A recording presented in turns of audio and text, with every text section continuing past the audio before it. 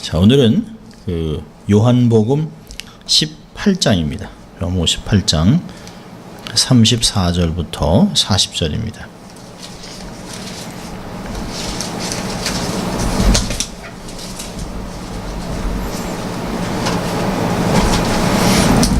요한복음 18장 34절부터 40절까지 말씀 봉독해 드립니다. 예수께서 대답하시되 이는 내가 스스로 하는 말이뇨 다른 사람들이 나를 대하여 내게 한 말이뇨. 빌라도가 대답하되 내가 유대인이냐 내 나라 사람과 대제사장들이 너를 내게 넘겼으니 내가 무엇을 하였느냐. 예수께서 대답하시되 내 나라는 이 세상에 속한 것이 아니라 만일 내 나라가 이 세상에 속한 것이었다면 내 종들이 싸워 나로 유대인에게 넘기우지 않게 하였으리라. 이제 내 나라는 여기에 속한 것이 아니니라. 빌라도가 가로되 그러면 내가 왕이 아니냐. 예수께서 대답하시되 내 말과 같이 내가 왕이니라. 내가 이를 위하여 났으며 이를 위하여 세상에 왔나니 곧 진리에 대하여 증거하려 함이로라. 무릇 진리에 속한 자는 내 소리를 듣느니라 하신대. 빌라도가 가로되 진리가 무엇이냐 하더라.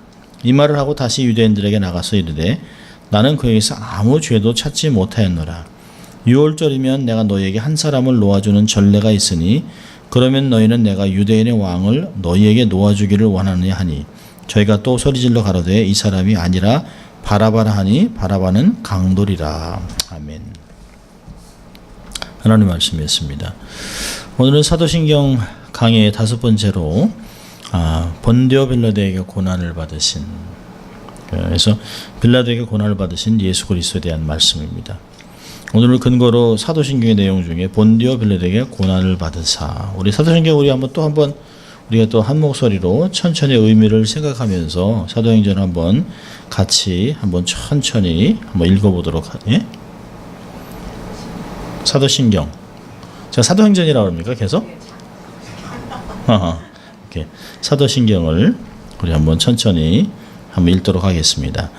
전능하사 천지를 만드신 하나님 아버지를 내가 믿사오며 그 외아들 우리 주 예수 그리스도를 믿사오니 인 성령으로 잉태하사 동정녀 마리아에게서 나시고 본디오 빌라도에게 고난을 받으사 십자가에 못 박혀 죽으시고 장사한 지 사흘 만에 죽은 자 가운데서 다시 살아나시며 하늘에 오르사 전능하신 하나님 우편에 앉아 계시다가 저리서 산 자와 죽은 자를 심판하러 오시리라. 성령을 믿사오며 거룩한 공회와 성도가 서로 교통하는 것과 죄를 사하여 주시는 것과 몸이 다시 사는 것과 영원히 사는 것을 믿사옵나이다. 아멘.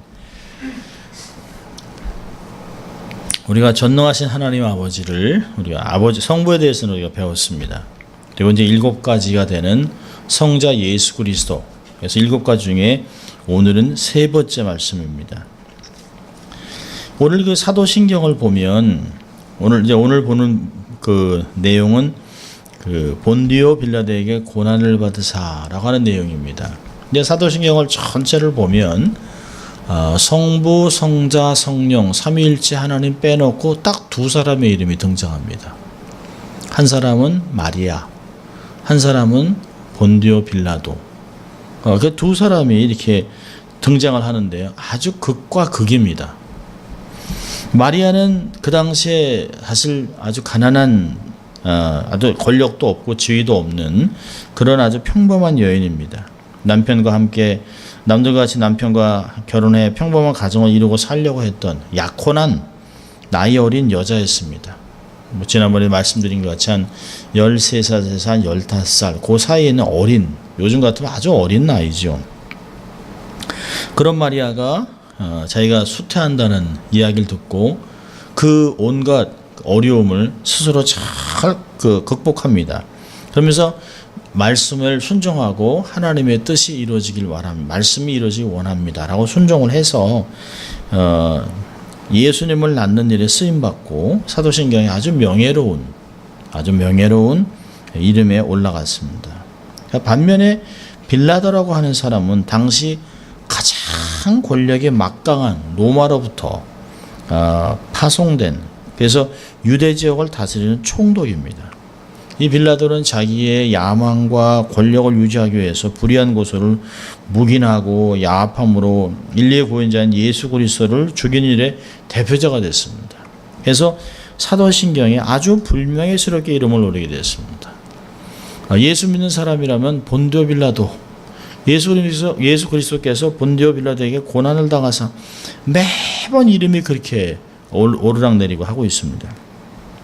마리아는 자신의 모든 것을 포기하면서 예수님을 잉태해서 하나님의 은혜를 입은 사람의 대표가 됐습니다. 빌라도는요, 예수님을 버림으로 하나님의 은혜를 저버린, 결국 모든 것을 잃어버린 사람의 대표가 됐습니다.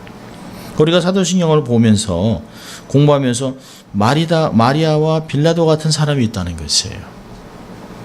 한 사람은 자기 것을 다 내려놓고 하나님을 위해서, 하나님의 영광을 위해서 말씀을 자기의 삶에서 성취해 나가는 사람이 있는가 비하면, 한 사람은 자기의 야망과 자기의 뜻을 이루기 위해서 구주도 버리는, 그래서 십자가 예수를 못 박는 그런 아주 처참한 그 야망과 권력에 사로잡혀 있는 악인을 보게 됩니다. 결국은 우리는 둘 중에 한 사람이 될 것이에요. 우리가 다 예수 믿는다고 하지만 내가 어려울 때 내가 정말 내 삶에서 하나님의 말씀이 이루어지길 원합니다 라고 고백할 수 있는지, 아니면 잠깐 눈 감고 한쪽 눈 감고 아니면 잠깐 뜻을 어기고 말씀으로 꺾으면서 세상에서 갖고 있는 이제까지 소위 자기 힘으로 이뤘다고 하는 모든 것을 끝까지 쥐려고 예수님을 잠깐 눈 감고 버리는 사람이 되지 않겠는가. 세상엔 딱 두 종류의 사람밖에 없습니다. 이 선택의 기로에 설 때 우리는 어떤 선택을 할 것인가? 우리는 마리아의 순종을 택하는 성도가 되어야 할 것입니다. 오늘 본문에도 이렇게 나와 있습니다만은 사실은 오늘 사도신경의 고백에서는 딱 두 가지입니다. 본디오 빌라도라고 하는 사람이 누구냐? 그리고 예수님의 고난은 어떤 의미가 있는가? 크게 두 가지를 살펴보려고 합니다. 첫 번째는 본디오 빌라도는 어떤 사람일까요? 당시 로마는 전 세계를 다스리는 아주 슈퍼파워였습니다. 전 세계를 통치하는 나라. 그래서 모든 길은 로마로, 팍스 로마나라고 얘기했던 그 나라입니다. 본국에는 황제가 있습니다. 그리고 그 밑에 13명의 총독들이 있어요. 이 13명의 총독들이 식민지의 한 파트를 맡아서 황제를 대신해서 통치합니다. 그 중 하나가 빌라도입니다. 그 빌라도는 그 수리아 지역, 지금 이제 시리아인데요. 사실은 지금 시리아가 아니라 팔레스타인의 전 지역을 총독으로 다스렸습니다. 그 중에 한 지역이 바로 유대 지역입니다. 그러니까 수리아 총독입니다. 원래 그 빌라도 총독부는 가이사라 빌립보에 있습니다. 가이사라 빌립보가 어딘가요?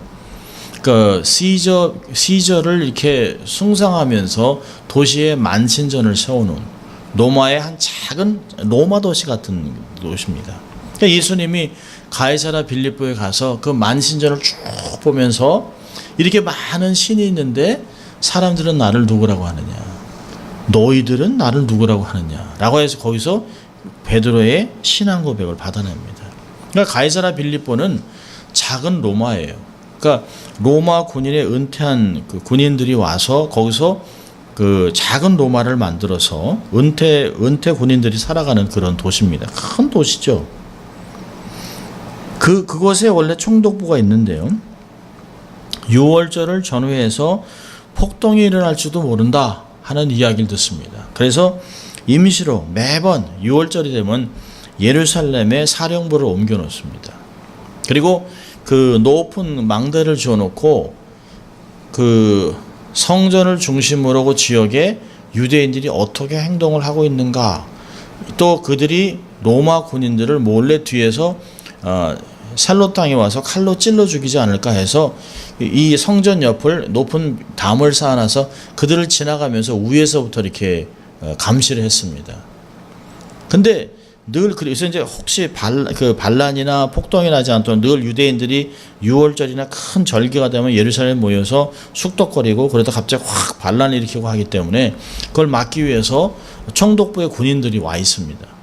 근데 사령부를 예루살렘에 옮겨놨는데 예수가 기소됩니다. 그리고 재판을 하는 사건이 생긴 것이에요. 여러분 당시에 정치적 상황을 좀 이렇게 보려면 중요한 세 부류가 있습니다.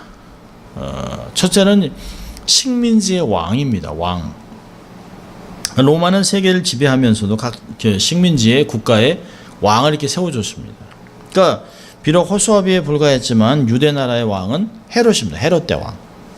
그러니까 로마는 그 왕에게 자치권을 줘서 정치를 하게 하고 마음대로 자기가 할 수 있도록 권력을 줍니다. 그리고 몇 가지를 요구해죠. 로마에 복종해라. 그리고 반드시 세금을 내라. 그리고 황제의 승인 없이는 결코 아무것도 할 수 없다. 그래서 황제 숭배, 그 다음에 세금 거두는 것, 그 다음에 로마에 절대적으로 복종하면 모든 것들은 다 허락했습니다. 그래서 헤롯 대왕이 에돔 사람인데도 불구하고 로마의 황제의 힘을 얻어서 그가 왕이 됐습니다. 자, 그런데 그 나라에는 두 번째로 중요한 기관은 산헤드린입니다. 공회라고 합니다. 그러니까 유다 나라에서는 72명으로 구성된 산헤드린 공의가 있는데요. 아마 요즘 같으면 이제 국회겠죠. 국회. 그러니까 국회 같은 기구입니다. 그래서 두 가지를 다루는데요. 종교와 정치에 대해서 그 상당한 권한을 갖고 있습니다. 종교에 대해서는 자기들이 어떤 것도 돌로 쳐 죽일 수도 있어요. 그러나 살인은 할 수 없습니다. 사형은 할 수 없습니다. 그러니까 그 절대적인 그 아주 권한을 행사하는 기구입니다. 그러니까 거기에 왕이 있죠. 그다음에 그 공회가 있습니다. 근데 자치권은 부여했지만 죄인에 대한 사형권만은 안 줬습니다. 그래서 있는 것이 총독의 사형권입니다. 이 세 가지가 한데 어울려 있습니다. 헤롯 대왕, 식민지의 왕, 산헤드린 기관, 그리고 그 총독의 사형권입니다. 그러니까 사형의 최종 결정권은 총독에게만 있습니다. 따라서 총독 빌라도가 예수의 재판에 관여해야 하는 것이에요. 근데 사실 성경을 가만히 읽어보면 예수님의 재판에 가장 큰 영향력을 행사한 사람은 가야바입니다. 가야바. 그 당시에 대제사장 가야바. 그 사람이 예수를 체포했죠. 또 자기들이 먼저 이렇게 그 신문을 했죠. 그리고 그 재판장에 끌고 갔지요. 그리고 끝까지 집요하게 결국 사형을 유도한 사람도 바로 가야바입니다. 그런데도 사도신경은 본디오 빌라도에게 고난을 당했다고 고백하고 있습니다. 왜냐하면 사형권이 그에게 있었기 때문에 그렇습니다. 그래서 그 당시에 그 빌라도가 그 재판을 할 때 그 상황이 그렇습니다. 자, 빌라도라는 사람은 어떤 사람일까요? 아주 야망이 있는 정치인이지만 비겁한 정치인입니다. 그러니까 빌라도는 마태복음 27장을 보면 18절에 유대인들이 예수 그리스도를 시기해서 자기에게 넘긴 것을 너무 잘 알고 있습니다. 너무 유명하니까. 특별히 총독의 임무는 그 나라에서 반란이 일어나지 않게 하는 것이에요. 그래서 항상 총독은 요즘 같으면 이렇게 뭐 FBI 같이 이렇게 그 임무를 띈 사람도 있어서 그 나라에서 조금씩 영향력이 있는 사람이다. 그러면 그 사람이 뒷조사를 다 하고 갖고 있습니다. 근데 부하들로부터 예수 그리스도라는 인물에 대해서 다 그 내용을 들었는데 전혀 그 내용을 종합해 보니까 죄가 없다는 것을 알고 있어요. 그러니까 자기들보다 더 유명해지니까 대제사장이나 장로들이나 서기관들이 예수를 잡아온 걸 시기로 넘긴 것을 너무 잘 알고 있습니다. 그래서 죄가 없다는 것을 판단해요. 아, 이 사람은 죄가 없다. 그래서 그 유대인들이 예수 그리스도 십자가에 못 박아 달라고 할 때 요구할 때 나는 그에게 죄를 찾지 못했다라고 얘기를 합니다. 그러니까 막 계속 십자가에 못 박게 해달라고 그러니까 민심을 수습하는 차원에서 그런 얘기하죠. 그러면 내가 채찍질해서 내보내겠다. 그러니까 막 난리 납니다. 민심이 가라앉지 않으니까 그럼 명절에 단행하는 사면을 하겠다. 특별 사면을 하겠다. 그래서 이성을 잃은 백성들에게 차라리 그러면 바라바를 놔주겠다. 바라바. 바라바를 놔주겠다고 얘기합니다. 근데도 이들이 예수 그리스도를 계속 못 박으라고 소리칩니다. 그러니까 빌라도 마음이 참 무겁죠. 그래서 어떻게 해든지 풀어주려고 해요. 근데 아내가 얘기하죠. 어제 이 사람으로 인해서 내가 꿈에 참 어려웠다고 얘기합니다. 이제 많은 사람들이 도대체 왜 어려웠을까? 이제 사본에는 주석에는 이런 일들이 많습니다.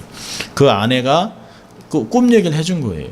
꿈 속에서 어떤 얘기를 했는가?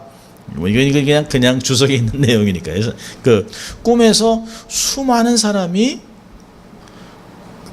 빌라도의 이름을 계속 외치더라는 것이에요. 본디오 빌라도, 본디오 빌라도. 그걸 가지고 이제 이거 큰 일이 일어나겠다 했지만 사실 우리가 이렇게 역사적으로 보면 얼마나 많은 사람이 2000년 동안 계속 본디오 빌라도, 본디오 빌라도 외치게 하니. 그러니까 그 이야기를 듣고 아내 얘기를 듣고 어떻게든지 풀어주려고 요한복음 18장을 보면 빌라도가 안절부절을 합니다. 들락날락 합니다. 어떻게든지 풀어주려고. 근데 결정적으로 군중들이 빌라도에게 아주 중요한 말을 합니다. 무슨 얘기냐면 만약에 이 사람 풀어주면 이 사람이 예수는 자기가 유대인의 왕이라고 합니다. 이 사람을 품어주면 당신은 가이사의 충신이 아닙니다. 라고 합니다. 그러니까 빌라도가 자신의 힘으로는 이 소요를 가라앉힐 수 없다는 것을 딱 깨닫습니다. 이렇게 하다 내가 유대인의 왕이 일어나서 지금 반란을 하려고 하는데 모든 사람이 왕으로 추대하면 여기는 헤롯 대왕도 없어지고 그러면 반란을 일으키면 군대가 개입을 해야 되고 그러면 나는 본국으로 송환되겠다. 정치적인 생명이 끝난다는 것을 생각을 합니다. 그래서 총독이라고 하는 자신의 지위까지 위태롭게 될 것을 염려해요. 그래서 사실 빌라도는 그렇죠. 유대인 하나 죽이는 거야 식민지에서 개미 하나 죽이는 거랑 똑같습니다. 일본에서 그렇잖아요. 황군이 지나가는데 조선 사람들을 몇 명 칼로 죽이는 건 아무것도 아니죠. 로마 시대는 얼마나 더 했겠습니까? 총독이 유대인 한 사람 죽는 거에 우습죠. 밀란을 방지하기 위해서 그랬다 하면 얼마든지 죽일 수 있어요. 근데 하다 안 되는 거예요. 사람들이 이 사람이 유대인의 왕이라고 하는데 이 사람 풀어주면 가이사한테 이른다는 거예요. 가이사의 충신이 아니니까 당신은 반역자 이렇게 찍는 겁니다. 자, 그러니까 할 수 없이 빌라도가 어떻게 하냐면 자기가 모든 걸 했는데 안 되니까 물을 가져옵니다. 대야에 물을 가져와서 손을 씻어요. 그리고 마태복음 27장 24절에 예수 그리스도의 피에 대해서 나는 무죄하다. 너희들이 모든 피의 값을 다 받아라. 그리고 자기가 싹 하고 십자가에 못 박으러 넘겨줍니다. 이때 유대인들이 우리는 왕이 없다. 그 피를 다 우리가 우리의 머리에 다 얹겠다 해서 사실은 그때부터 핍박이 사실은 2000년 동안 이루어진 것이죠. 그래도 빌라도가 끝까지 자기가 사실 손으로 씻었다고 해서 자기가 죄가 없어집니까? 어리석은 거죠. 그런데 빌라도가 끝까지 하나 한 건 뭐냐면 예수의 제명을 끝까지 내세운 건 유대인의 왕이라고 하는 겁니다. 유대인의 왕. 예수에게도 질문하죠. 내가 유대인의 왕이냐? 마가복음 15장 2절에 얘기해요. 그리고 군중들에게는 내가 유대인의 왕을 너희들에게 놓아주길 원하느냐? 그렇게 물어봅니다. 9절에. 계속 죽이자고 요구하니까 너희가 유대인의 왕이라고 하는 일을 내가 어떻게 하랴 계속 묻습니다. 그리고 십자가에 못 박을 때도 유대인의 왕이라는 말을 씁니다. 로마, 헬라어, 그다음에 아람어로 이렇게 써놓습니다. 그 사람들이 자칭 유대인의 왕이라 써라 그러니까 빌라도가 내가 해야 될 일을 했다라고 얘기를 합니다. 왜 유대인의 왕이라고 거듭 얘기했을까요? 정치인으로 몰아야 자기가 죽일 수 있습니다. 정치인으로 몰아서 처형할 수 있는 근거가 되기 때문에. 근데 자기는 알아요. 예수님이 정치적인 왕이 아니라는 건 자기는 알고 있습니다. 근데 이걸 합법화하기 위해서 케이스를 만드는 거죠. 그래서 나는 유대인의 왕이기 때문에 반란군의 헤드였기 때문에 십자가에 못 박여 죽였다라고 하는 것이에요. 그걸 사실 그렇지 않은 것을 알면서도 의식적으로 이것을 강조하면서 어떤 면에서는 양심의 가책을 억제해버리려고 했겠죠. 죄 없음을 알면서 자신의 양심을 속이고 총독의 지위를 튼튼히 하기 위해서 하나님의 아들을 십자가에 못 박았습니다.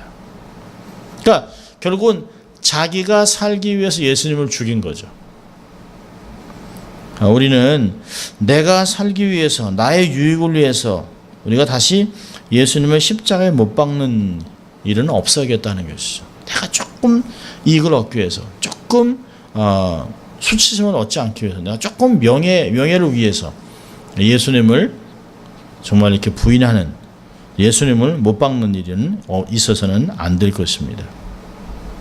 정말 자기의 야망을 이뤘던 그런 아주 비겁한 사람이 바로 본디오 빌라도입니다. 왜 본디오 빌라도라고 얘기했을까요? 역사적인 것을 기록하기 위해서.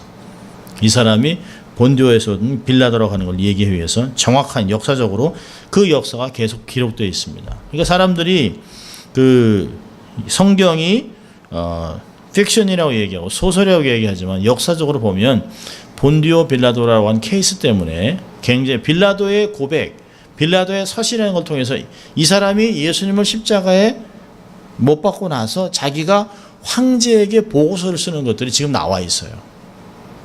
그러니까 아주 역사적인 인물이라는 것을 우리가 알 수 있습니다. 그러니까 사도신경도 보면 아주 역사적인 배경을 정확하게 이야기한 것이죠. 자, 그렇다면 본디오 빌라도에게 고난을 받았다 얘기하고 있습니다. 자, 그럼 두 번째로 우리가 본디오 빌라도에 대해서 보고 예수님이 받으신 고난은 어떤 의미가 있을까요? 그러니까 예수님이 받으신 고난을 이렇게 쭉 이렇게 처음부터 이렇게 풀어보면 많습니다. 사실은 우리 이사야 53장을 한번 볼까요? 이사야 53장을 보면 고난 받으신 종에 대한 노래가 나옵니다. 우리가 너무 잘 알고 있는 부활절 때나 또 고난 주간 때나 늘 우리가 읽는 구절인데요. 이 이사야 53장은 유대인 정통 유대인들은 절대 읽지 않는 부분입니다. 근데 정통 유대인 랍비들 그들이 이사야 53장을 읽으면 이게 메시아에 대한 것이라는 걸 너무 잘 알고 있습니다. 그리고 이걸 읽다 보면 이사야 53장이 얘기하는 전체 메시아는 바로 예수라는 게 나와요. 그런데 자기들이 얘기하는 그날에 오실 메시아는 정치적이고 정말 능력 있고 자기의 나라를 이렇게 해방시킬 그럴 정치적인 메시아를 보고 있기 때문에 성경에서 얘기하는 메시아를 거부합니다. 자, 이사야 53장을 보면 특별히 그 1절부터 우리가 1절부터 보죠. 1절부터 보면 우리의 전한 것을 누가 믿었느뇨? 여호와의 팔이 누구에게 나타났느뇨? 그는 주 앞에서 자라나기를 연한 순 같고 마른 땅에서 나온 줄기 같아서 고운 모양도 없고 풍채도 없은즉 우리의 보기에 흠모할 만한 아름다운 것이 없도다. 그런 멸시를 받은 사람에게 실어버린 바 되었으며 간고를 많이 겪었으며 질고를 아는 자라. 마치 사람들에게 얼굴을 가리우고 보지 않음을 받은 것 같아서 멸시를 당하였고 우리도 그를 귀히 여기지 아니하였도다. 그러면서 4절부터 이렇게 나옵니다. 그는 실로 우리의 질고를 지고 우리의 슬픔을 당하였거늘 우리는 생각하기를 그는 징벌을 받아서 하나님에게 맞으며 고난을 당한다 하였도다. 그가 찔림은 우리의 허물을 인함이요 그가 상함은 우리의 죄악을 인함이라. 그가 징계를 받음으로 우리가 평안을 누리고 그가 채찍에 맞음으로 우리가 나음을 입었도다. 우리는 다 양 같아서 그릇 행하여 각기 제갈 길로 갔거늘 여호와께서 우리의 무리의 죄악을 그에게 담당시키셨도다. 그가 곤욕을 당하여 괴로울 때에도 그 입을 열지 아니하였으며 마치 도수장으로 걸리는 어린 양과 털 깎는 자 앞에서 잠잠한 양같이 그 입을 열지 아니하였도다. 그가 곤욕과 신문을 당하고 끌려갔으니 그 세대 중에 누가 생각하기를 그가 산 자의 땅에서 끊어지면 마땅히 형벌을 받을 내 백성의 허물을 인함이라 하였으리요. 그는 강포를 행치 아니하였고 그 입에 괴사가 없었으나 그 무덤이 악인과 함께 되었으며 그 묘실이 부자와 함께 되었도다. 여호와께서 그로 상함을 받게 하시기를 원하사 질고를 당케 하셨은즉 그 영혼을 속건제물로 드리에 이르면 그가 그 씨를 보게 되며 그날은 길 것이요 또 그의 손으로 여호와의 뜻을 성취하려노다. 가라사대 그가 자기 영혼에 수고한 것을 보고 만족해 여길 것이라. 나의 의로운 종이 자기 지식으로 많은 사람을 의롭게 하며 또 그들의 죄악을 친히 담당하리라. 이러므로 내가 그로 존귀한 자와 함께 분깃을 얻게 하며 강한 자와 함께 탈취한 것을 나누게 하리니 이는 그가 자기 영혼을 버려 사망에 이르게 하며 범죄자 중 하나로 헤아림을 입었습니다. 그러나 실상은 그가 많은 사람의 죄를 지며 범죄자를 위하여 기도하였느니라 하시니라. 예, 이사야 53장은 53장부터 55장까지 고난받는 종의 노래 이렇게 나와 있습니다만은 이사야 53장은 이사야서의 53장을 히브리어로 정통 유대인이 읽으면 그들의 마음이 뜨끔뜨끔하답니다. 이건 완벽한 메시아 예언인데 거부하기가 너무 어렵다는 거예요. 그래서 그 이사야 45장부터 55장까지는 절대 못 읽게 합니다. 유대인들이. 근데 유대인들은 또 랍비가 얘기하면 그렇게 또 해요. 안 읽습니다. 근데 정통 유대인들이 이사야 53장을 읽고 메시아가 누군가를 찾다가 성경에 나와 있는 모든 것과 신약을 딱 매치하면서 예수 그리스도라는 것을 해서 예수를 믿는 유대인들이 조금씩 생긴다는 것이에요. 놀랍죠. 자, 예수님이 받은 고난은 이미 예수님이 탄생하기 벌써 800년 전에 이미 이런 거 예언이 되어 있는 것들입니다. 자, 예수님의 고난이 어떠한 내용들이었나 볼까요? 첫째는 제자들의 배신을 당합니다. 자기가 선택해서 3년간 양육한 제자들에게 배신당하고 버림받습니다. 딴 사람도 아니에요. 로마의 관원도 아니고 다른 유대인이나 정치인들 이런 사람들이 아닙니다. 종교인들이 아니에요.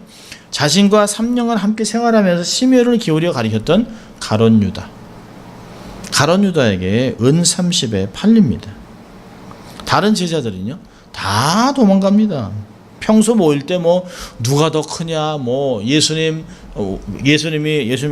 당신의 나라가 임할 때 왕으로 등극하면 나를 우편에 또 얘는 좌편에 앉게 해달라고 어머니까지 져서 막 치마바람을 했던 사람들인데요. 근데 예수님 십자가 달리니까 다 도망갔습니다. 또 베드로는요 다른 사람들은 다 주를 부인해도 나만은 얘네들 뭐 다 버려도 나만은 안 버리시나 했던 그 베드로가 결국은 아주 작은 계집종의 질문에 예수님을 3번이나 부인하고 저주까지 합니다. 그러니까 우리가 모르는 사람이 날 배신하는 거예요. 뭐 그럴 수 있는 거죠. 홈레스가 내게 욕한다고 무슨 화가 나겠습니까? 근데 내가 애지중지하고 아끼고 나의 시간과 모든 것을 투자했던 사람이 탁 뒤통수를 치고 자기의 어려움을 하게 하면 얼마나 어렵겠습니까? 제자들의 배신만 당한 게 아니에요. 두 번째는 종교 지도자들에게 멸시를 받았습니다. 원수들의 손에 붙잡혀 말할 수 없는 조롱을 받았죠. 대제사장인 안나스와 가야바, 그렇죠? 서기관들, 그 장로들, 이런 사람들, 또 막 그 유대인들이 빌라도 총독에게 재판을 겁니다. 수많은 증인들을 세워서 예수님을 십자가에 못 박는 일을 하지만 서로 세운 증인끼리 서로 안 맞아요. 말이 맞지 않습니다. 무죄한 줄 알면서 십자가에 못 박도록 막 판결을 막 끌고 갑니다. 그래서 결국에는 이 종교 지도자들이 그들이 그렇게 메시아를 기다리고 말씀에 정말 핀두랍같이 성경을 막 달달달 외우고 하나님에 대해서 막 덜덜 떨고 유대인들이 얼마나 그런지 몰라요. 네, 참 최근에 재밌는 얘기를 들었는데요. 여기는 유대인들이 많이 없습니다. 뉴욕에는 유대인들이 굉장히 많잖아요. 그러니까 유대인들이 참 러시아에서 온 유대인들을 멸시한답니다. 뭐냐면 이게 70년 동안 성경도 안 읽고 유대인 법도 없고 그러면서 이렇게 막 하면서 보드카도 먹고 돼지고기도 먹고 거짓말도 잘하는 이 사람들인데 이 러시아 유대인이 100만 명이 뉴욕으로 왔어요. 근데 이 유대인들이 그렇게 멸시하면서도 같은 민족이라고 그들을 다 품었다는 거예요. 그들이 돈을 내서 그들이 먹고 살 수 있도록 직장을 내주고 뭐 음식을 주고 계속 품었다는 거예요. 그러면서 그들이 결국에는 그들의 신앙을 찾아갈 수 있도록 러시아 유대인들을 위해서 그들의 언어로 할 수 있도록 회당을 지어주고 그랬다는 거예요. 근데 이제 회당들이 여러 군데가 있는데요. 회당 한국 목사님 한 분이 어떻게 해가지고 회당을 빌렸답니다. 회당을.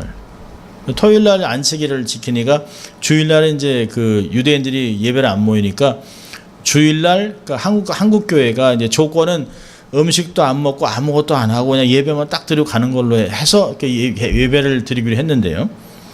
주일날 사실 목사님이야 그렇게 하지만 교인들은 좋은 마음으로 어떤 사람이 빵을 구워왔다는 거예요. 빵이요. 콘브레드나 이런 걸 해왔겠죠. 그런데 그날 랍비가 와서 그 빵 먹는 걸 보고 노발대발했다는 거예요. 그러면서 그 랍비가 뭐라고 했냐면 당신들이 우리 회당을 불결하게 만들었기 때문에 더 이상 쓸 수 없다. 이걸 깨끗하게 하기 위해서는 렌트비를 첫째 3배로 내고, 둘째 이 뉴욕에 있는 모든 유명한 저명한 존경받는 랍비들을 모아서 이 회당을 위해서 피를 뿌리고 기도하고 정결 예식을 취해서 이 회당 전체가 다시 정결해질 수 있도록 예배를 드리고 다시 하나님께 헌신해야 된다. 그래서 사실 사람들은 아니 딴 것도 아니고 돼지고기 먹은 것도 아니고 고기 먹은 것도 아니고 한국 김치 먹은 것도 아니고 젓갈 먹은 것도 아니고 아니 빵을 구워왔는데 아니라는 거예요.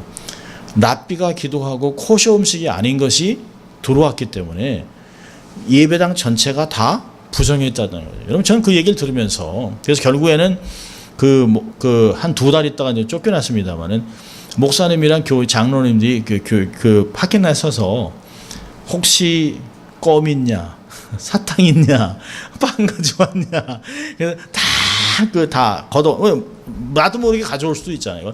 다 해다가 결국 도저히 너무 힘들어가지고 나왔다는 거예요. 거기서 한 가지 중요한 건 뭐냐면 이들이 갖고 있는 하나님의 거룩에 대한 것은 대단하다는 거예요. 모든 정치, 모든 사회적인 일, 모든 것들은 다 회당에서 이루어진다는 겁니다. 그리고 랍비가 이야기한 하나님에 대한 개념은 엄청나다는 거예요. 지금도 이들이 하나님에 대해서, 이 안식일에 대해서, 이 말씀에 대해서, 비록 구약 성경이지만 그 성경에 대한 애착은 대단하다는 거예요. 기독교인이 따라갈 수 없을 정도라고 얘기합니다. 근데 지금도 아직도 그들이 메시아를 기다리지만 그들이 오신 메시아를 이렇게 함부로 취급했다는 거 보면 참 이거는 말씀을 아는 것보다 성령님이 우리를 깨닫게 하는 게 얼마나 중요한지 몰라요. 유대인들이 참 이렇게 보면 얄밉죠. 하는 걸 보면 얄민 게 너무 많아요. 그런데 이들이 자신의 하나님에 대해서 갖고 있는 절대적인 존경심은 우리가 좀 배워야 할 필요가 있습니다.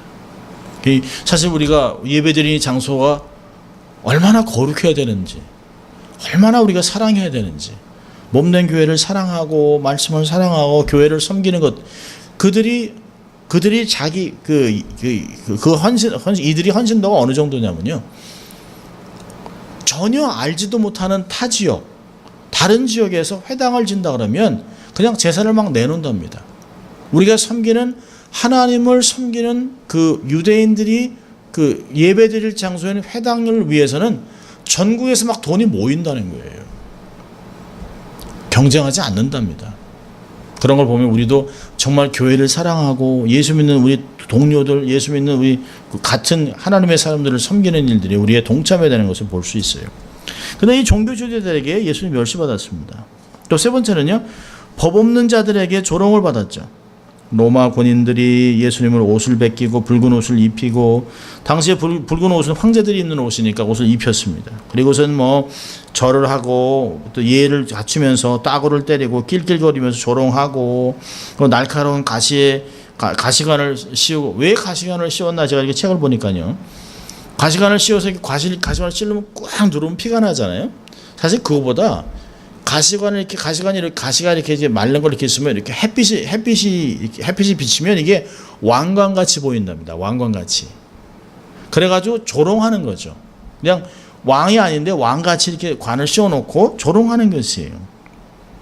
그리고 따귀를 때리고 침을 뱉고 몸을 무자비하게 내리치고, 그래서 막 등 같은 데는 그냥 고랑이 파인 것처럼 온몸이 채찍자국으로 얼룩지고 이렇게 힘들게 하고, 비아돌로라스를 가서 또 십자가 형틀 위에 누워져서 로마 병정들이 양손과 발을 십자가에 밧줄로 묶고, 그리고 녹슨 못을 사정없이 박았습니다. 십자가에 달리신 예수님은 극심한 육체적 고난을 겪었죠.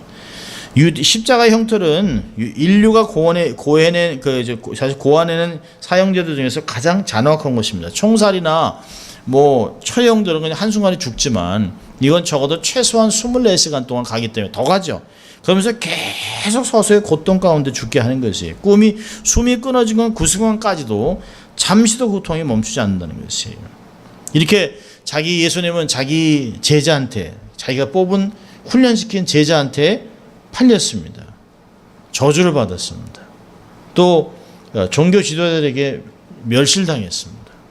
법 없는 자들에게 조롱을 당했는데 사실은 예수님의 고난 중에 가장 큰 건 뭐냐면 네 번째로 하나님 아버지로부터 버림받음이에요. 사람들에게 받는 멸시, 천대, 이게 십자가에 달리는 육체적인 고통은 이건 아무것도 아닙니다. 하나님 아버지께로부터 버림받았다는 사실 때문에 예수님이 그렇게 고백하잖아요. 엘리 엘리 라마 사박다니, 아버지 나의 하나님 왜 나를 버리십니까? 인간으로부터 철저하게 배척을 받고 하나님께로부터 거절을 당하신 고통을 정말 어떻게 표현할 수 있겠습니까? 근데 우리는 이 예수님의 고난을 인간을 죄에서 구원하고자 하는 하나님의 큰 구속사역의 틀에서 우리가 보아야 될 필요가 있습니다. 그래서 예수님의 탄생도 중요해요. 동정녀 마리아에서 나셨다. 근데 예수님이 공생애를 하면서 예수님의 공생애, 그다음에 예수님의 고난이 사실 사복음서에서 3분의 1, 어떤 면에서는 반 이상이 예수님의 그 사역입니다. 그런데 우리 사도신경에서는 예수님의 태어나심과 예수님의 구속사적인 죽음에 포커스를 맞추고 있어요. 삶도 중요하지만 그분의 태어남과 돌아가심, 고난받으심이 얼마나 중요한지 우리에게 이야기하고 있습니다. 그분의 생애와 가르침과 죽으심을 단지 역사적인 사실로 받아들이는 것, 그것만은 부족합니다. 그래서 우리가 신앙 고백은 내가 믿습니다라고 하는 것이에요. 내가 그걸 믿습니다. 믿는다는 것은 예수님께서 나의 죄를 용서하기 위해서 고난을 받으셨음을 개인적으로 받아들이는 것이에요. 그러니까 내가 믿지 않으면 나와 아무 상관이 없습니다. 믿지 않으면 예수님의 보혈의 공로가 나에게는 아무 영향을 미치지 않습니다. 그러니까 우리 가슴에서 나오는 신앙 고백이 되어야 되는 것이에요. 본디오 빌라도의 고난을 받으셨다. 누굴 위해? 나를 위해. 우리가 마음에 정말 처절한 고백이 되어야 되는 것이죠. 자, 우리 성경 구절 하나 한번 찾아볼까요? 베드로전서 2장인데요. 말씀을 마치려고 합니다. 베드로전서 2장 2절부터 25절입니다. 22절부터 25절. 베드로전서 2장 22절부터 25절입니다. 같이 읽습니다. 저는 죄를 범치 아니하시고 그 입에 괴사도 없으시며 욕을 받으시되 대신 욕하지 아니하시고 고난을 받으시되 위협하지 아니하시고 오직 공의로 심판한 자에게 부탁하시며 친히 나무에 달려 그 몸으로 우리 죄를 담당하셨으니 이는 우리로 죄에 대하여 죽고 의에 대해서 살게 하려 하심이라. 저가 채찍에 맞음으로 너희는 나음을 얻었나니 너희가 전에는 양과 같이 길을 잃었더니 이제는 너희 영혼의 목자와 감독 되신 이에게 돌아왔느니라. 아멘입니까? 놀랍죠? 이사야 53장에 있는 말씀, 그걸 베드로가 그대로 기억하는 것이에요. 그리고 그거를 다시 되뇌이고 있습니다. 예수님이 우리가 결국에는 우리의 영혼의 목자인 예수님께 우리가 그래서 돌아왔다. 하나님께 돌아온 자가 됐다. 이 말을 이야기하고 있습니다. 예수님의 고난받으심은 이사야 선지자를 통해서 예언된 말씀을 그대로 성취한 것이에요. 우리 같은 인간의 몸으로 이 땅에 오셔서 하나님 독생자 예수님께서 바로 나 같은 사람을 위해서 평화를 누리기 위해서 징계를 대신 받으시고 나의 나음을 위해서 채찍에 맞고 그렇게 고난을 당하셨다라고 고백하는 우리의 신앙이 되어야 하는 것입니다. 예수님 뭐냐면 유대인 한 명 죽은 게 나하고 무슨 상관이 있나? 나하고 무슨 상관이 있어? 우리의 신앙이 그걸 생각할 때마다 막 감동하고 감격하고 참 감사해야 되는데요. 어느 한순간부터 그냥 사도신경이 그냥 빨리 후딱 헤어치우는, 예배 전에 하는 그냥 하나의 예식, 그걸로 끝나서는 안 되는 것이죠.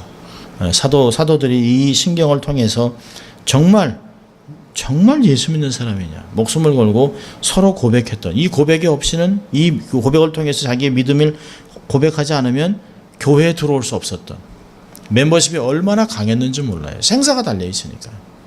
그러니까 이 고백이, 사도신경의 고백이 나의 고백이 되는 그런 시간 될 수 있기를 바랍니다.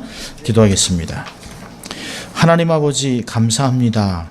오늘도 예수님의 고난당하심, 빌라도에게 고난을 받으사라고 하는 이 부분을 보면서 주님, 누구 때문인가? 이것은 나를 위해서, 나를 구원하시기 위해 주님이 고난당한 것을 기억하고, 나의 유익과 작은 어떤 것 때문에 주님을 다시 한번 못 박는 일이 생기지 않도록 마리아같이 우리의 삶을 드리고 헌신하고 하나님 앞에 우리의 삶을 위탁하는, 하나님을 위해 살아가는 저희들 될 수 있도록 하나님 축복해 주시옵소서. 감사하고 예수님 이름으로 기도합니다. 아멘.